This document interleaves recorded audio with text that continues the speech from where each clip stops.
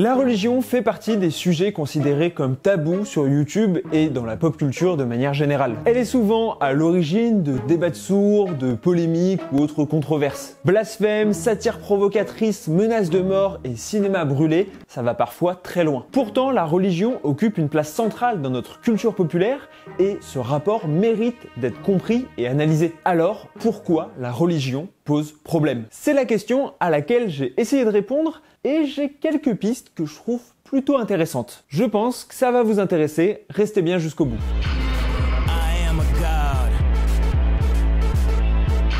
En fait, ça fait plusieurs mois que je souhaite faire ce sujet de vidéo, mais je sais jamais vraiment comment l'aborder. C'est un sujet super important, mais que je trouve trop peu traité en tant que tel, et je me suis dit finalement que peut-être la meilleure solution, c'était de le faire avec transparence. Certains me reprochent parfois d'assumer ouvertement mes biais, mais pour moi c'est important. Donc voilà, je vous le dis, je ne suis pas croyant et je m'identifie foncièrement à aucune religion. Aussi, je serais ravi en commentaire d'avoir le point de vue de personnes croyantes et même de personnes non croyantes qui n'auraient pas le même point de vue sur le sujet. L'objectif ici, c'est de débattre. Vous verrez, le but, ce sera pas du tout de remettre en cause de toute manière le bien fondé ou non de ces croyances, mais plutôt comment elles s'inscrivent dans la pop culture ou parfois en opposition à celle-ci. Donc s'il vous plaît, restez respectueux en commentaire, débattez bien sur le sujet et partez pas dans des débats sur la morale et la religion. Je compte sur vous, c'est important pour que je puisse continuer à traiter sereinement ces sujets parfois sensibles. Bon.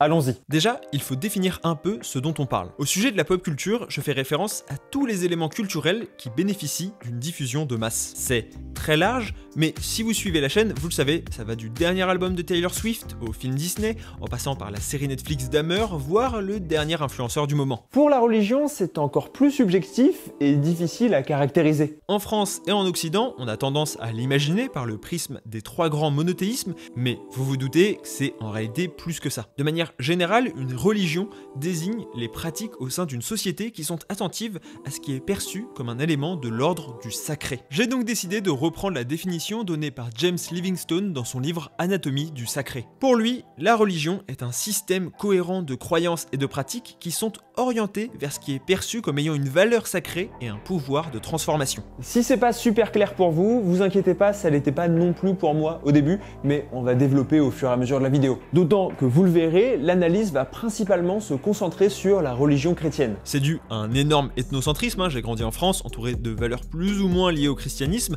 donc j'ai l'œil plus aiguisé pour les reconnaître que les signes du bouddhisme. Mais aussi parce que la culture populaire vient en grande partie des États-Unis, un pays où, je le rappelle, le président prête encore serment sur la Bible lors de son investiture et qui a que peu traité la question de l'islam ou du judaïsme dans ses œuvres en comparaison. La relation de la religion à la pop culture est alors par nature ambiguë. D'un côté, elle va tenter de s'en servir pour continuer à convertir des fidèles et renouveler sa mythologie. En fouillant, j'ai trouvé plein d'exemples d'utilisation de la pop culture à des fins d'évangélisation. C'est le cas des films religieux comme les 10 Commandements, Ben-Hur ou plus récemment La Passion du Christ de Mel Gibson. Par sa nature prosélyte, le christianisme se doit de porter autant que faire se peut le message de Dieu et un des canaux majeurs de communication aujourd'hui est la pop culture. Parfois même jusqu'à l'absurde. Par exemple, en 1993, un spot était diffusé sur MTV pour inciter les jeunes à devenir prêtres. De même, vous connaissez probablement Iron Man, Batman ou même Superman dont on reparlera. Mais est-ce que vous connaissez Bibleman? C'est une série évangéliste de super-héros qui a existé de 1995 à 2010. Elle raconte l'histoire d'un riche milliardaire qui découvre les bienfaits de la Bible et combat les forces du mal déguisées en super-héros pour répandre la bonne parole. Et je vous jure que c'est pas une parodie, Il y a eu des figurines, un jeu de société, un jeu vidéo et même un remake en animation CGI. Le personnage a même été tourné en dérision sous la forme d'Holly Avenger dans le film Super, réalisé par James Gunn.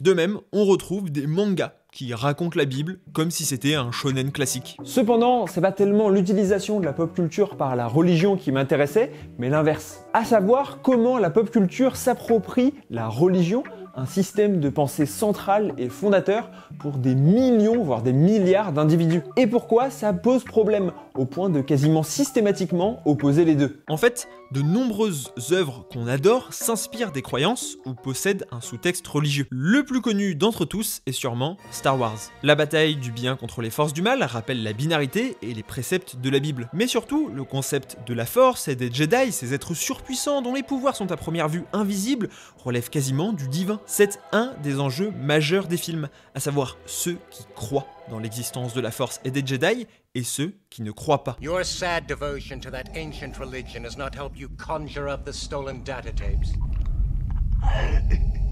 I find your lack of faith disturbing.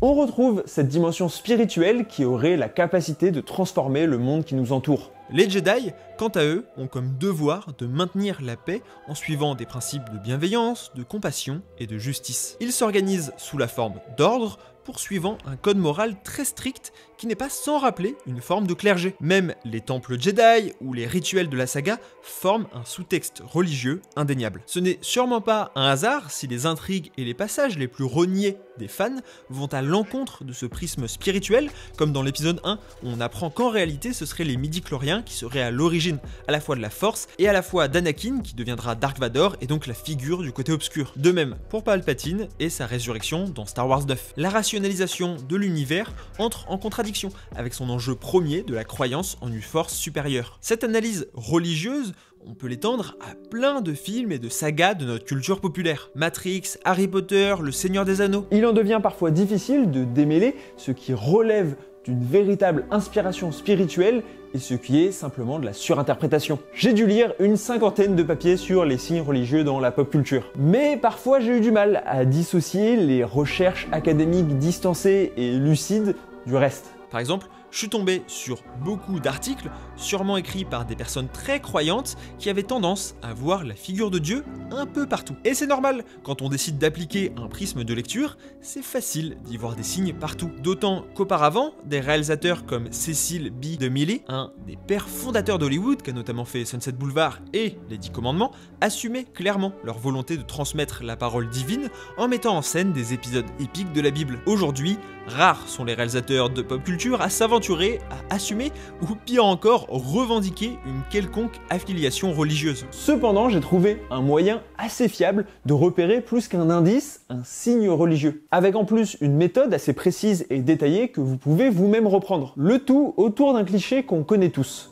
Il s'agit de la figure christique. La figure de Jésus, ou même plus généralement du prophète, ça marche aussi avec Mohamed, est quasiment omniprésente dans notre culture populaire. Il s'agit d'un stéréotype de personnage régulièrement mobilisé pour en faire le centre du récit. En fait, ça s'explique assez facilement. En effet, il prend le plus souvent la forme du Chosen One ou de l'élu en français. Dans sa thèse sur le sujet, Scott Gordon déconstruit ce mythe particulièrement fréquent dans la fantasy young adult. En réalité, cette structure remonte jusqu'à l'épopée de Gilgamesh, un récit épique de la Mésopotamie datant de plusieurs siècles avant Jésus-Christ et qui relate les aventures de Gilgamesh, une figure héroïque qui était une divinité durant cette même Mésopotamie. Il y a donc un lien direct entre cette figure narrative et la religion avant même la naissance du christianisme. Mais depuis, difficile de ne pas y voir un lien avec le Messie, Messia en anglais, cet élu promis par les prophéties sous la forme d'un homme venu délivrer un peuple pour amener à la fin des temps une ère de paix et de félicité éternelle. Katniss Everdeen, Neo dans Matrix ou Harry Potter en sont des archétypes qui prouvent bien que la présence de la religion dans ces films n'est pas que fantasmée. Toutes ces sagas sont d'ailleurs constamment ramenées au concept que vous connaissez sûrement, le monomythe. En 1949, Joseph Campbell écrit Le héros aux 1000 visages, un livre dans lequel il explique l'existence d'une structure narrative commune et universelle. Si depuis, son travail a été fortement remis en cause, il est clair qu'il a inspiré de nombreux auteurs et réalisateurs. Mais pour écrire ce monomythe et ce héros aux 1000 visages et cette épopée du héros, Joseph Campbell a lui-même pioché dans les récits autour de Bouddha, Moïse, Mohamed et Jésus. Alors, comment faire la différence entre simplement un personnage principal qui a des super pouvoirs et une véritable métaphore du prophète ou de Jésus? Pour y remédier, j'ai décidé d'analyser deux personnages Spider-Man et Superman. Le second est régulièrement mobilisé comme exemple typique de la figure christique au cinéma, mais le premier également. Effectivement, en 2002, au moment de la sortie du film par Sam Raimi, le pasteur Mike Furches disait à son propos « Le film est plein de références et de significations spirituelles. Il est tout à fait possible que Spider-Man soit le plus spirituel de tous les super-héros, et cette adaptation cinématographique contribue à le prouver. Mais ce qui est encore plus clair, c'est que sa spiritualité est enracinée dans le christianisme. » Pour voir si cette affirmation tient la route, je vais m'appuyer sur la grille d'analyse proposée par Anton Kozlovich dans son travail de recherche à ce propos. Il a défini 25 éléments récurrents sous forme quasiment de cases à cocher pour repérer une véritable figure christique. Tangible. Le personnage doit être visible et pas uniquement dans l'ombre, c'est le cas pour Spider-Man comme Superman. Central, il doit être le centre du récit, encore une fois, ça fonctionne pour les deux. Outsider, les figures christiques doivent être en marge de leur communauté, c'est le cas pour Superman, qui est littéralement un extraterrestre, mais aussi Peter Parker, qui est dépeint comme un geek un peu à part. Dans les autres points que les deux personnages remplissent, on a le fait que le personnage possède un alter ego, qu'il soit special normal, qu'il y ait une femme sexuellement identifiée auprès de lui, qu'il soit au service des plus faibles qui sont parfois ingrats et qu'il soit pauvre. Mais c'est vraiment sur les autres points que la différence se fait. Superman cumule aussi les caractéristiques des 12 associés en quelque sorte avec la Justice League, là où Spider-Man est solitaire. Également, il est dans l'âge divin puisqu'il a la trentaine pendant que Peter est plus jeune. Il est trahi par un associé, en l'occurrence Batman.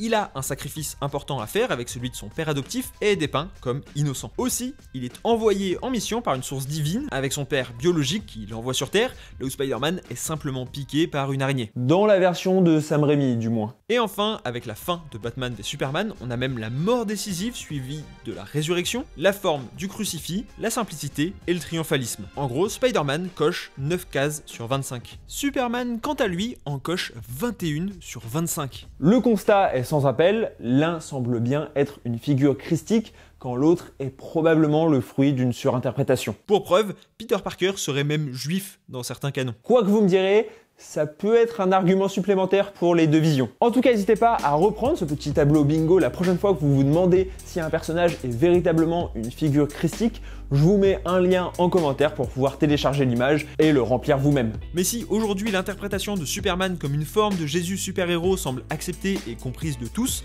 ce ne fut pas toujours le cas. Ce n'était déjà pas l'intention de base de Jerry Siegel et Joe Shuster, les créateurs de Superman, tous les deux juifs, et Richard Donner, réalisateur du premier film, avait même reçu des menaces de mort pour avoir fait de Clark Kent une figure christique. Ce débat autour de la figure de l'élu prophétique dans les œuvres grand public revient actuellement sur le devant de la scène de la meilleure des manières avec Dune, en particulier sa suite Dune 2. La saga de Denis Villeneuve, adaptée du roman de Frank Herbert, offre un nouveau point de vue jusqu'ici trop peu exploré autour du Messie, la manière dont il peut être construit quasi artificiellement et surtout comment il peut être un instrument d'asservissement pour les peuples. L'élu d'Harry Potter à Superman a toujours été le libérateur d'un peuple, celui en qui le bon résonnait, hormis Anakin dans Star Wars, mais qui a été grandement inspiré par Paul Atreides.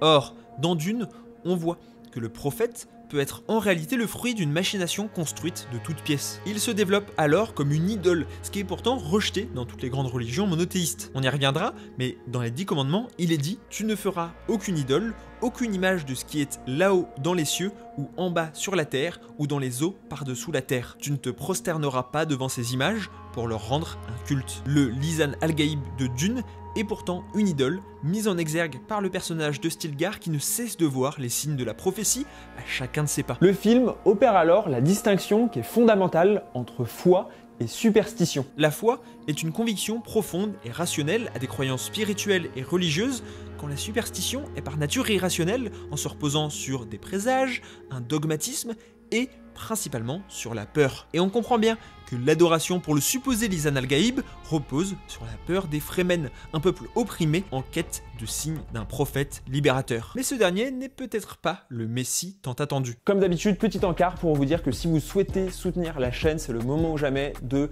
vous abonner, mettre un pouce bleu, commenter, je vous l'ai dit tout à l'heure, pour participer au débat et même partager sur les réseaux sociaux, ça m'aide énormément. On n'est pas si loin des 200 000 abonnés et en même temps c'est difficile pour une chaîne comme la mienne d'émerger en ce moment. Donc voilà, merci énormément contrairement à ceux qui le feront. On l'a donc vu, le lien entre pop culture et religion, il est très fort. Et de nombreuses œuvres très populaires comportent un sous-texte religieux central. Mais parfois, ce sous-texte ne passe pas et donc se transforme en polémique et accusation de blasphème. Il faut dire que comme beaucoup de formes de divertissement, la religion s'oppose régulièrement à la pop culture. Selon certaines interprétations de l'islam, la musique serait même interdite. Et sous l'Empire romain, les chrétiens étaient parmi les seuls à refuser d'assister aux jeux en raison de leur confession. Cette opposition a alors mené à des tensions qui sont parfois allées très loin. Pour rester dans le thème de la musique, de nombreux artistes ont fait face à des levées de boucliers suite à des représentations religieuses. En 1989, Madonna, grande star de la pop pour les 2000 comme moi qui ne l'ont pas connue, est en quête d'un nouveau souffle dans sa carrière et sort son 4e album, Like a Prayer. La chanson éponyme aborde des thèmes de spiritualité, de désir, de culpabilité, de rédemption et est très bien reçue par la critique. Elle est même certifiée disque de platine la même année. Tout allait bien,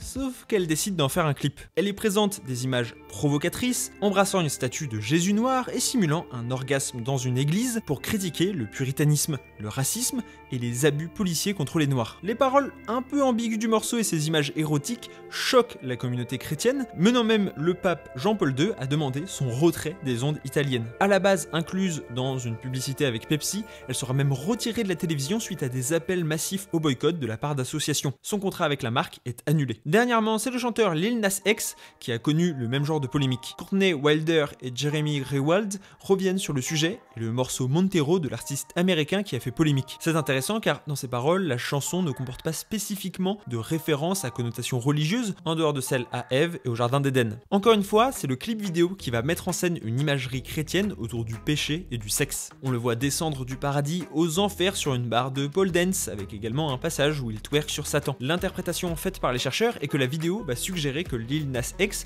utilise cette imagerie pour montrer qu'il est à la fois le sauveur et le pécheur. Une version de lui se laisse aller à la tentation, mais pas celle de coucher avec un homme, celle de le damer pour cela. Bien plus que d'avoir un propos sur la religion en tant que telle, le chanteur reconfigure et réinterprète des traditions religieuses en dehors d'un dispositif religieux. Cependant, et c'est logique, cela ne passe absolument pas auprès de nombreux croyants et chrétiens qui y voient ici un blasphème. La notion de blasphème, qui signifie étymologiquement parler mal en grec, est très ancienne. Au Moyen-Âge, ceux qui insultaient Dieu ou la religion étaient punis, et c'est d'ailleurs encore le cas dans de nombreux pays dans le monde. En France, ce n'est que depuis 1905 et la séparation des églises et de l'État qu'il est dépénalisé. Aux États-Unis, il n'a jamais vraiment existé. Pourtant, malgré son absence de base législative, il revient très souvent dans le débat autour de la pop culture. Je pense par exemple à Bilal Hassani qui souhaitait organiser un concert dans une église pourtant désacralisée à Metz, mais qui était considéré comme une profanation et un blasphème pour le collectif Lorraine catholique. Cela pose des questions profondes de société sur la liberté d'expression. Avec d'un côté des croyants blessés dans leur foi qui ont l'impression d'être pris pour cible, et de l'autre des athées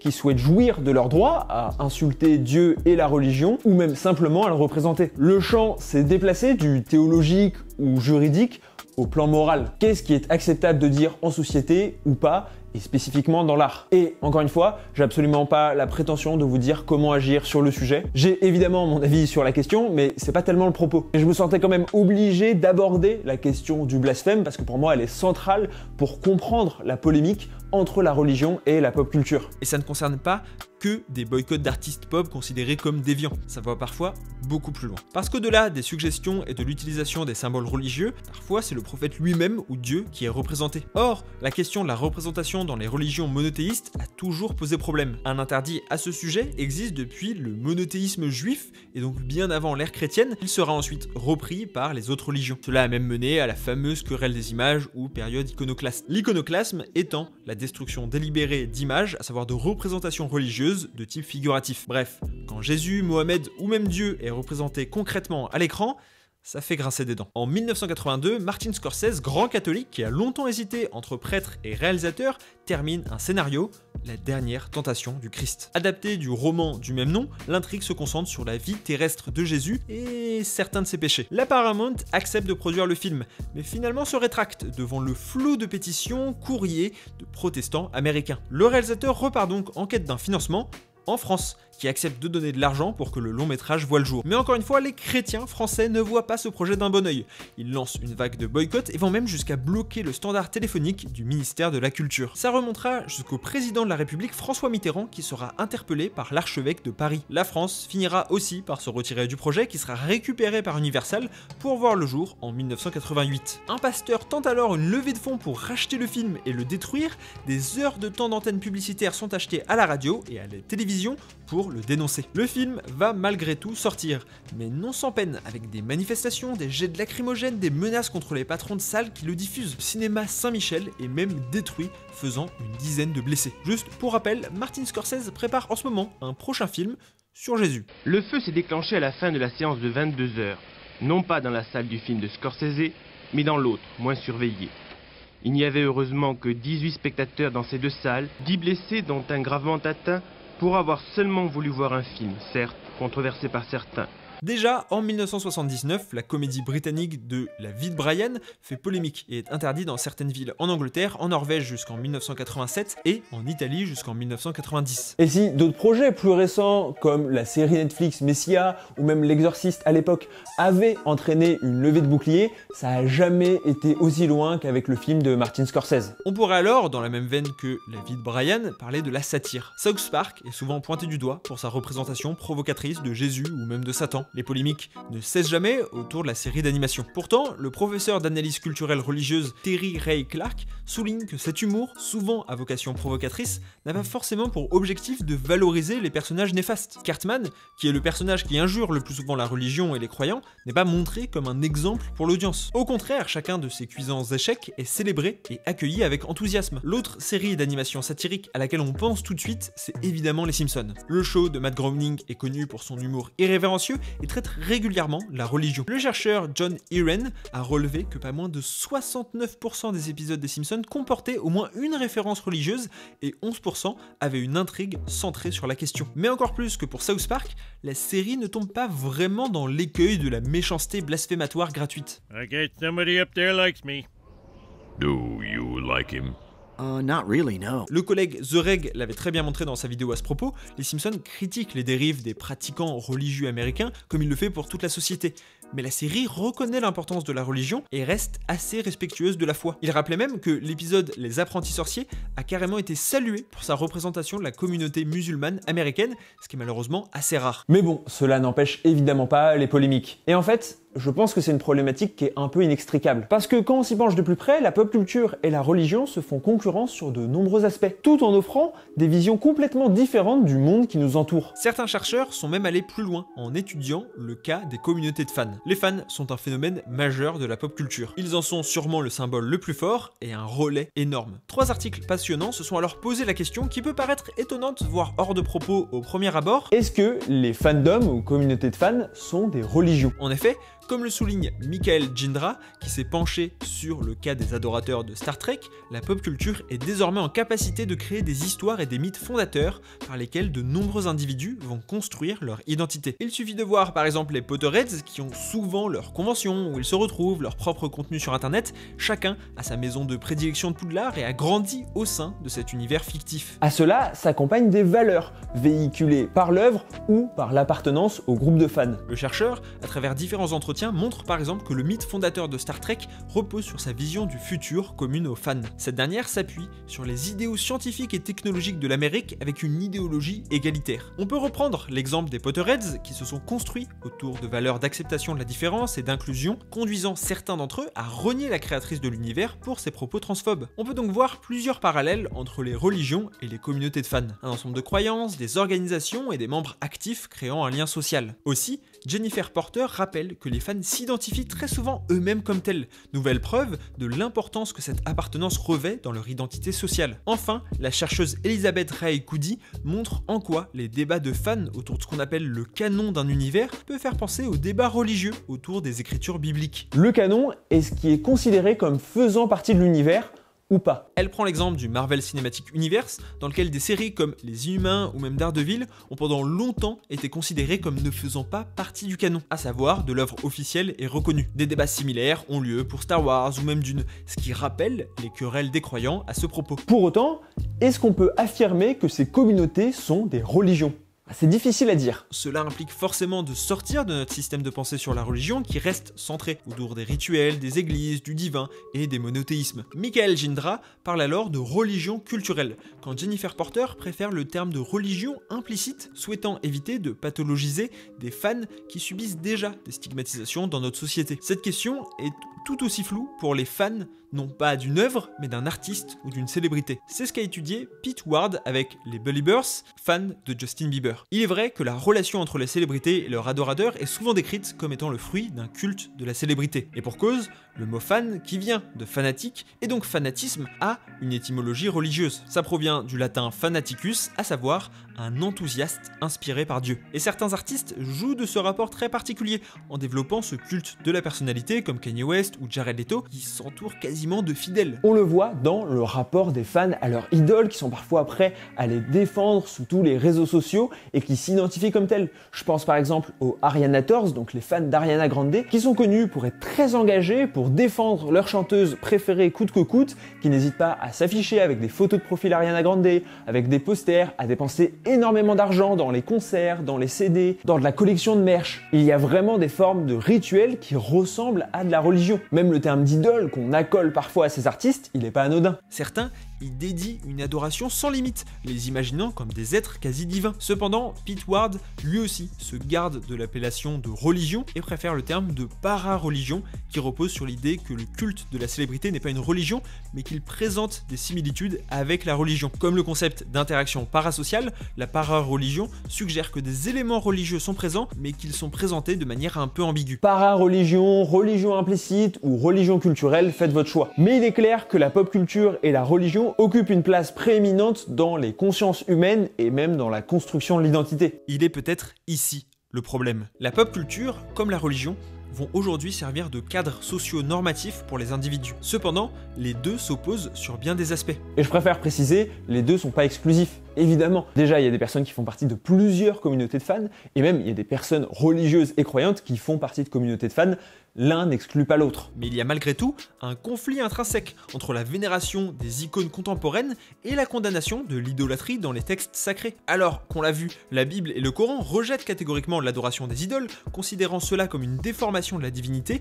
La pop culture célèbre souvent ses propres figures emblématiques au rang de quasi-déité. Dans les religions abrahamiques, l'idolâtrie est perçue comme une corruption de la foi, un égarement loin de la vérité spirituelle. Cependant, dans la pop culture contemporaine, l'apothéose des célébrités est monnaie courante, les plaçant sur un piédestal semblable à celui des dieux. Cette glorification des figures célèbres peut être vue comme une forme moderne d'idolâtrie, où les fans idolâtrent leurs idoles avec une dévotion parfois comparable à celle des adeptes religieux envers leur divinité. Une pratique logiquement rejetée par les monothéismes. Mais surtout, les deux visions vont s'affronter sur la notion de sacré. Pour Konrad Ostwald, chercheur en philosophie, la religion repose avant tout sur le sacré, ce qu'on a vu au début de la vidéo, ce qui est divinement supérieur. Or, aujourd'hui, la pop culture s'aventure sur ce terrain. Jean Baudrillard expliquait que la société de consommation sacralisait l'objet en y associant une promesse de bonheur, une forme de sacré qui relèverait évidemment d'un simulacre. Cette sacralité, simulée dans les objets de consommation, est moteur de la société de consommation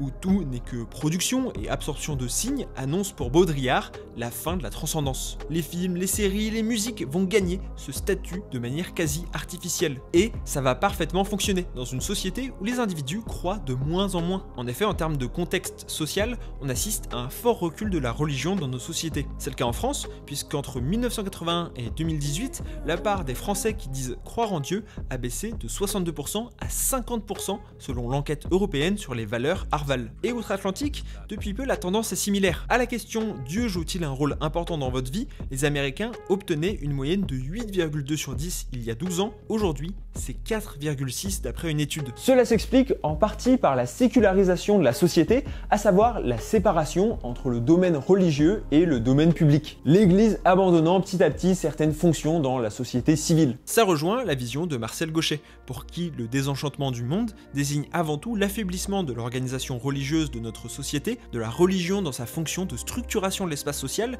sous l'effet de la culture individualiste et de l'émancipation des sujets, mais qui ne signifie pas pour autant la fin du sacré. Pour lui, les formes de religiosité évoluent, mais la religion ne disparaît pas. Alors, cette consommation, devenue sacrée, dont la pop culture est une composante majeure, avec ses films, ses séries, ses musiques, va venir combler ce vide laissé par la disparition progressive des religions traditionnelles, en offrant une nouvelle forme de religiosité, culturelle, para-religieuse ou implicite. Et donc, elle est peut-être là, la vraie tension, elle est sur ce mythe et ce récit fondateur dans la construction identitaire des individus. Nos sociétés sont de plus en plus segmentées, individualisées, et le roman national proposé par les hommes et les femmes politiques de notre pays et par les grandes religions monothéistes ont de plus en plus de mal à imprimer sur les consciences. Malgré tout, c'est comme ça que l'individu s'est toujours construit et que l'humain a besoin de se construire en groupe et en société, autour de récits, de valeurs. Et finalement, la pop culture va venir proposer ces mêmes récits, ces mêmes valeurs fondateurs,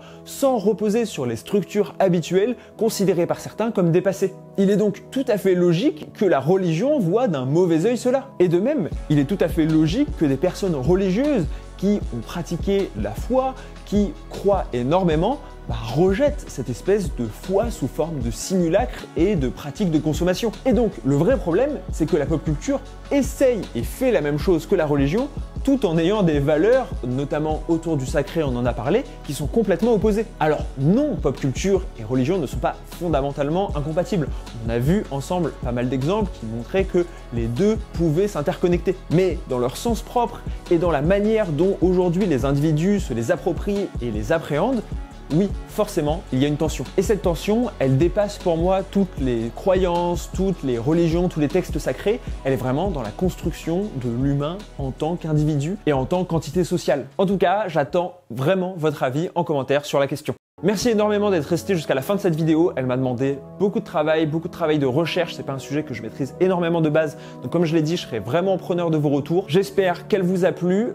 Moi, j'ai trouvé ça très intéressant. J'ai appris beaucoup de choses. J'espère aussi que vous avez appris quelques trucs. Et on se retrouve très bientôt pour de nouvelles vidéos. C'était Adam Bros. Ciao.